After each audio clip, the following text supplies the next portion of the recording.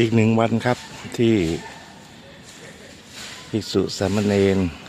นำโดยท่านตุลงหนุ่มนำสามเณรลุยบริเวณหน้าวัดครับ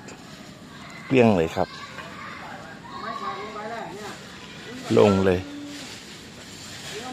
ส่งท้ายปีเก่า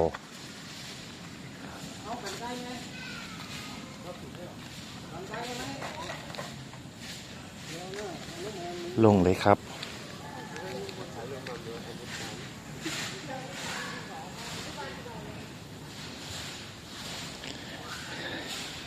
โอ้ต้นนี้จะงาม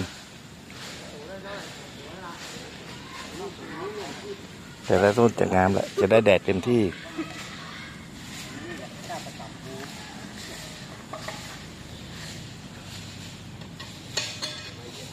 ต้นนี้ก็รอดตายมะพร้าวรอดตายละมะพร้าวรอดตายละได้แดดได้น้ำรอดตาย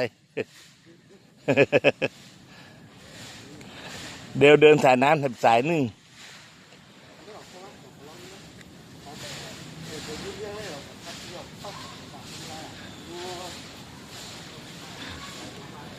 ท่วมหัวแล้วครับข้างล่างเนี่ย